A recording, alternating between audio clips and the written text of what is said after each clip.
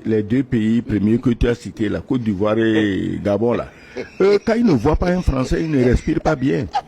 Leurs dirigeants, là, si un jour le soleil se lève, on dit qu'il n'y a pas de soldats français, ils vont s'évanouir. Donc c'est eux, là-bas, là. Excellence, la France reste encore dans certains pays africains, la Côte d'Ivoire, le Gabon, dans une certaine moindre mesure, le Djibouti. Doit-elle anticiper son départ de ces pays aussi? Même si la France voulait anticiper, les deux pays premiers que tu as cités, la Côte d'Ivoire et Gabon, là, quand ils ne voient pas un Français, ils ne respirent pas bien. Leurs dirigeants, là, si un jour le soleil se lève, on dit qu'il n'y a pas de soldats français, ils vont s'évanouir. Donc c'est eux, là-bas, là. Ce n'est même pas la France. C'est eux-mêmes qui veulent à tout prix la France. La France ou rien.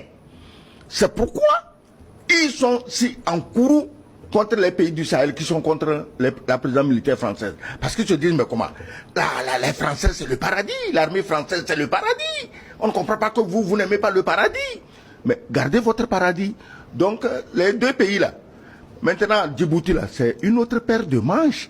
Les bases militaires à Djibouti, ce n'est pas seulement la France.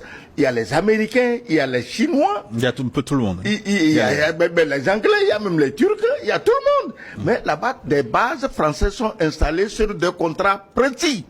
Demandez à la Côte d'Ivoire ou au Tchad le contrat de l'installation des bases françaises. Il n'y a rien.